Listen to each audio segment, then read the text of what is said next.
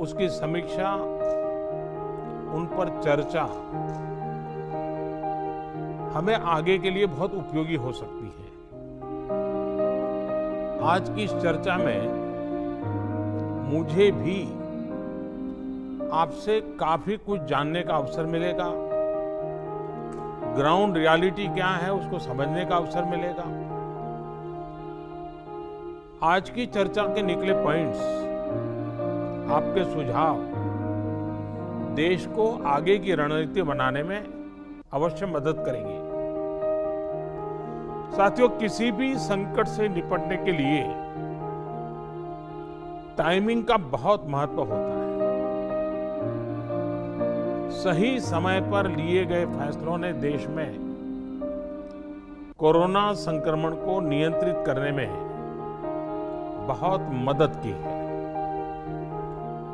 भविष्य में जब कभी भारत की कोरोना के खिलाफ लड़ाई का अध्ययन होगा तो ये दौर इसलिए भी याद किया जाएगा कि कैसे इस दौरान हमने साथ मिलकर के काम किया, कोऑपरेटिव फेडरलिज्म का सर्वोत्तम उदाहरण प्रस्तुत किया।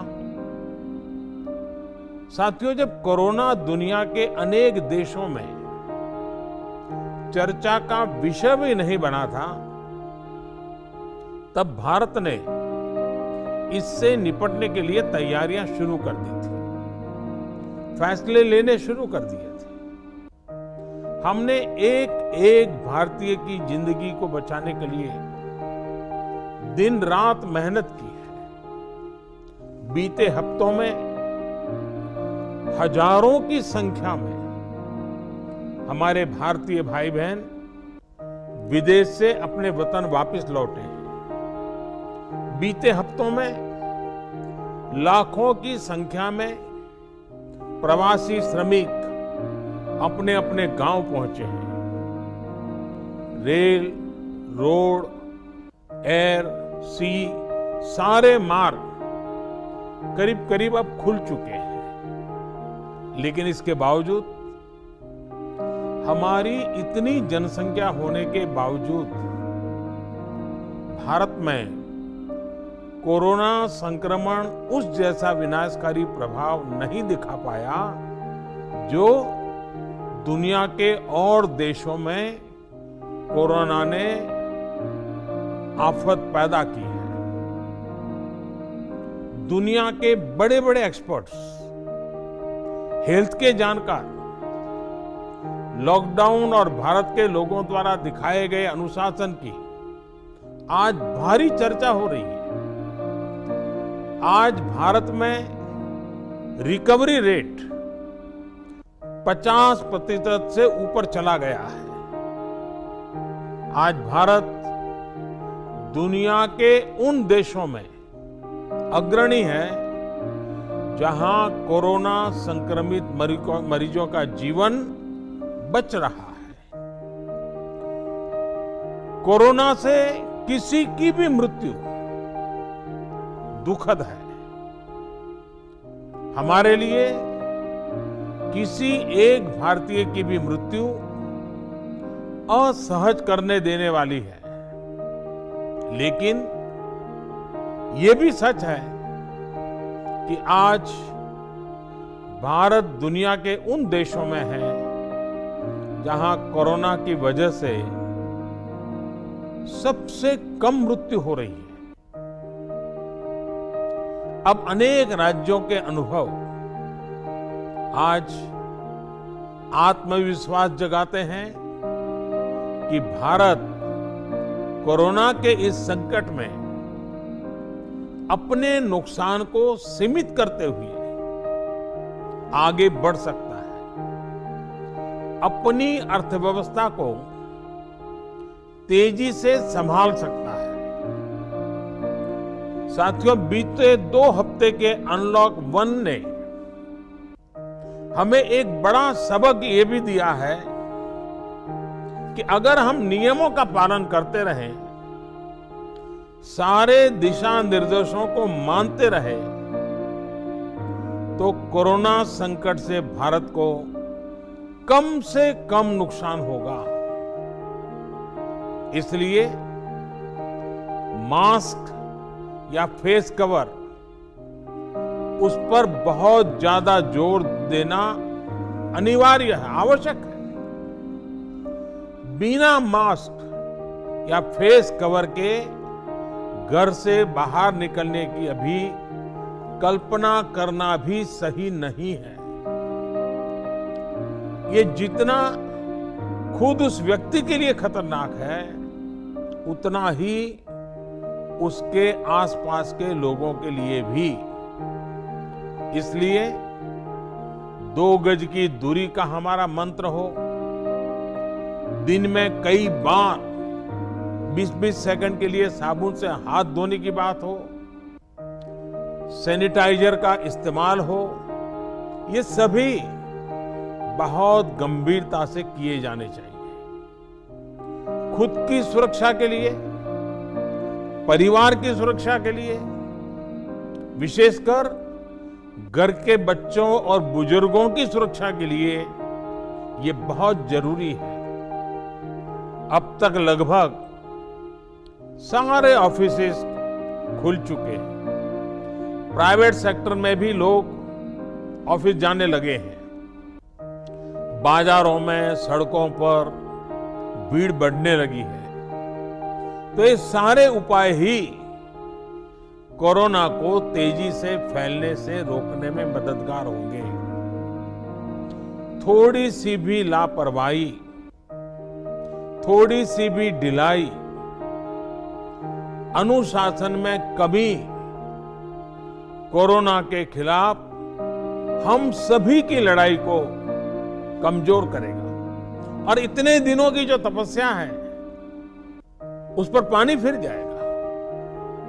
हमें इस बात का हमेशा ध्यान रखना है कि हम कोरोना को जितना रोक पाएंगे, उसका बढ़ना जितना रोक पाएंगे, उतना ही हमारी अर्थव्यवस्था खुलेगी, हमारे दफ्तर खुलेंगे, मार्केट खुलेंगे, ट्रांसपोर्ट के साधन खुलेंगे और उतने ही रोजगार के नए अवसर भी बनेंगे। साथियों, आने वाले दिनों में अलग अलग राज्यों में इकोनॉमिक एक्टिविटी का जिस तरह विस्तार होगा, उससे मिले अनुभव दूसरे राज्यों को भी बहुत लाभ पहुंचाएंगे। बीते कुछ हफ्तों के प्रयासों से हमारी अर्थव्यवस्था में ग्रीन शूट्स दिखने लगे हैं। पावर कंजम्पशन जो पहले घटता जा रहा था, वो अब बढ़ना शुरू हुआ है। इस साल मई में फर्टिलाइजर की सेल बीते साल मई की अपेक्षा 2 गुनी हुई है। इस बार खरीफ की बुआई बीते साल की अपेक्षा करीब 12-13% ज्यादा हुई है। 2 व्हीलर्स का प्रोडक्शन लॉकडाउन से पहले के स्तर का करीब करीब 70% तक पहुंच चुका है।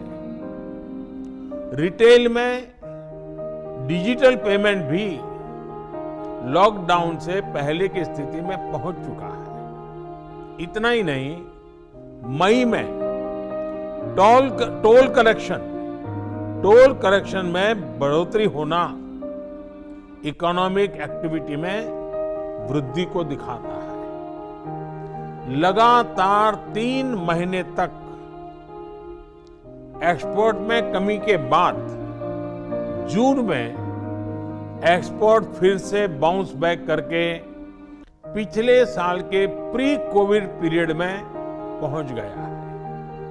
ये तमाम संकेत है जो हमें प्रोत्साहित कर रहे हैं, आगे बढ़ने के लिए प्रेरित कर रहे हैं। साथियों, आप में से अधिकतर राज्यों में एग्रीकल्चर, हॉर्टिकल्चर, फिशरीज और एमएसएमईज का हिस्सा बहुत बड़ा है।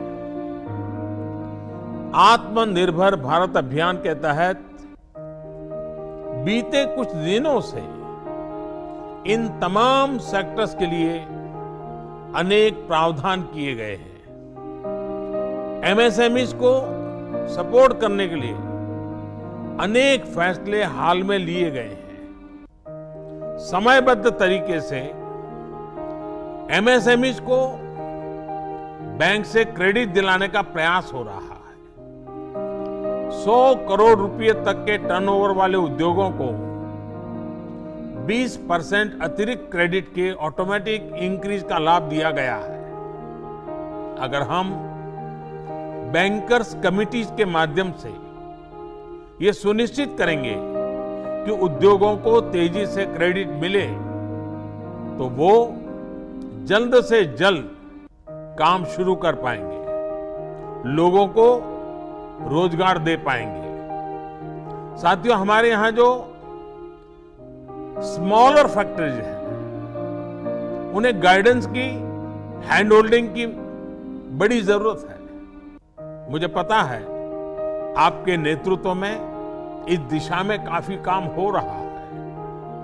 ट्रेड और इंडस्ट्री अपनी पुरानी रफ्तार पकड़ सके, इसके लिए वैल्यू चेंज पर भी हमें मिलकर काम करना होगा। राज्यों में जहां कहीं भी स्पेसिफिक इकोनॉमिक एक्टिविटी पॉइंट्स हैं, वहां 24 घंटे काम हो, सामानों की लोडिंग अनलोडिंग तेजी से हो, एक शहर से दूसरे शहर तक सामान जाने में स्थानीय स्तर पर किसी तरह की दिक्कत ना हो, तो इकोनॉमिक एक्टिविटी और तेजी से बढ़ेगी। साथियों, किसान के उत्पाद की मार्केटिंग के क्षेत्र में हाल में जो रिफॉर्म्स किए गए हैं, उससे भी किसानों को बहुत लाभ होगा। इससे किसानों को अपनी उपज बेचने के लिए नए विकल्प उपलब्ध होंगे, उनकी आय बढ़ेगी और खराब मौसम के कारण, स्टोरेज के अभाव के कारण उनको जो नुकसान होता था, उसे भी हम कम कर पाएंगे। जब किसान की आय बढ़ेगी तो निश्चित रूप से डिमांड भी बढ़ेगी और राज्य की अर्थव्यवस्था की गति भी बढ़ेगी। विशेष तौर पर नॉर्थ ईस्ट और हमारे आदिवासी इलाकों में फार्मिंग और हॉर्टिकल्चर, इसके लिए अनेक अवसर बनने वाले हैं।